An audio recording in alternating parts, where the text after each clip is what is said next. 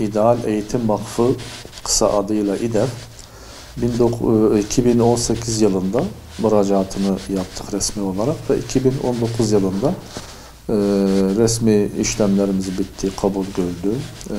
Dolayısıyla 2019 Mart'ından bu yana biz kurumsal faaliyetlerimize başladık.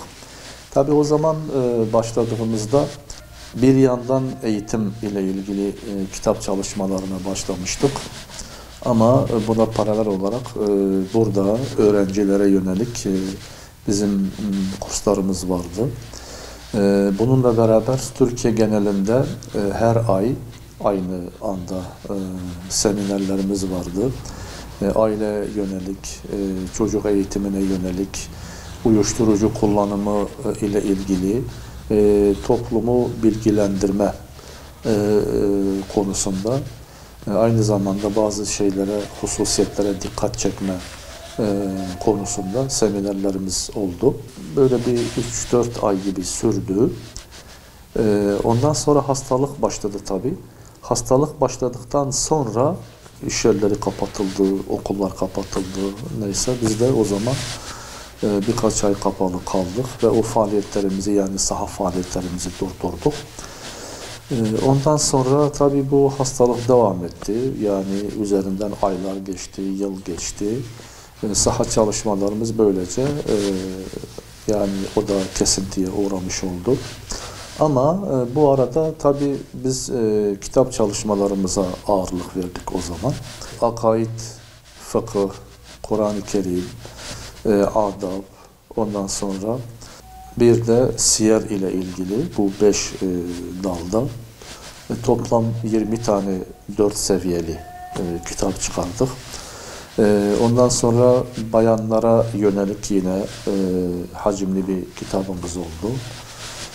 Esnaf ve tüccarlara yönelik yine yani bir Müslüman esnaf, Müslüman tüccar profilini ortaya koyan Ticaret Ahlakı diye bir kitabımız oldu. Bunlar sesli kitap değil, yani normal okuma kitapları. Bununla beraber aileye yönelik 365 güne 365 ders şeklinde her güne bir tane olacak şekilde öyle kalın bir tane, yani 1000 sayfaya yakın bir kitap. Tabii bütün bunların hepsi neticede eğitim amaçlı. Yani bu bahsettiğim kesimlerin hepsine yönelik öğrenilmesi ve bilinmesi gereken temel bilgiler diyebileceğimiz, yani hususiyetleri içeren kitaplar ve eğitime dönük. 2 tane de 1 ve 2 şeklinde 40'ar hadis kitaplarımızı çıkardık. Tabi bu arada bu sefer kısa film çalışmamız oldu. Belli bir süre devam etti. Bu hastalıktan sonra o da kesintiye uğradı ama ona da yine başladık. Şu anda o çalışmalarımız da devam ediyor. İnşallah onu biraz daha geliştirip devam ettirmeye çalışacağız. Bu arada bu sefer daha çok saha etkinliğinden ya da insanların bir araya gelmesi şekliyle yaptığımız çalışmaları biraz daha internet üzerinden, YouTube kanalı üzerinden piyasaya sunma, insanlarımıza ulaştırma gayreti içerisine girdik ki bunlardan bir tanesi işte televizyon programı Eğitim Güncezi adı altında eğitimle ilgili öğrenci, öğretmen, okul, müfredat, kitap, kısacası eğitimle ilgili ne varsa onları içeren bir program. Bununla birlikte yine kitap tanıtımı diye bir programımız haftalık o devam ediyor. Okunmasını düşündüğümüz, okunmasında fayda olduğunu düşündüğümüz kitapların içinde ne var, niçin okumasını tavsiye ediyoruz, bütün bunları içeren bir program. Bununla birlikte ortaokul ve lise öğrencilerine yönelik matematik ve Türkçe derslerini vermeye çalışıyoruz. O da yine YouTube kanalından şu anda devam ediyor. Yani LGS'ye ve YKS dediğimiz üniversite sınavına aynı zamanda hazırlığı da dikkate aldığımız bir çalışma. O devam ediyor. İnşallah okul bitimine kadar da devam edecek. En azından sınavlara kadar devam edecek. Bu arada bir de sesli kitap diye bir çalışma başlattık. Ekim ayından bu yana devam ediyor. Her gün bir tane o bahsettiğim kitaplar, o eğitim seti, aynı zamanda o aile eğitimiyle ilgili hazırladığımız 365 tane dersten bunları sesli olarak seslendiriyoruz daha doğrusu. Her gün bir tane, şu anda zannediyorum 93 veya 94.süne gelmişiz. Yani bir 3,5 aydır devam ediyoruz çünkü. Ve bu 365 tane dersin tamamını öyle seslendirmeye çalışacağız inşallah. Buradaki amacımız şu tabii. Evde olsun, iş yerinde olsun, arabasında, seyir halinde olsun, herhangi bir yerde mesela masa başında çalışan bir memur olsun. Yani varsa imkanı icabında radyosunu açar, varsa elinde o zaman imkanı kulaklığını takar, icabında telefondan bunları dinler.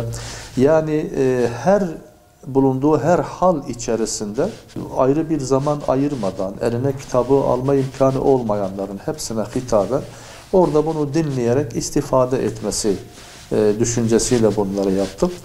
İnşallah Rabbim nasip ederse bunları belki biraz daha çeşitlendireceğiz, biraz daha geliştirmeye çalışacağız. Bu sesli kitapta şu anda öyle ve bu çalışmalarımız devam ediyor. Dediğim gibi bu kısa film çalışmalarımız da devam ediyor ki elimizde şu anda senaryosunu hazırladığımız birkaç tane daha var. Onların çalışmalarını devam ediyoruz. Bu kısa filmlerde nedir diyecekseniz, bunlar da yine toplum içerisinde bizim değerlerimiz dediğimiz, topluma şekil veren, toplumun münasebetlerini düzenleyen, mesela komşuluk ilişkileridir, ana baba haklarıdır veya işte akrabalık ilişkileridir, ticaretle ilgilidir, bu sosyal medya ile ilgilidir. Bunlarla ilgili dikkat çekmek istediğimiz hususiyetleri bu şekilde yine insanlarımızın hizmetine sunmaya çalışıyoruz. Bu sesli kitap her gün var. Her gün konulardan bir tanesi YouTube kanalımıza veriliyor. Dolayısıyla günübirliktir.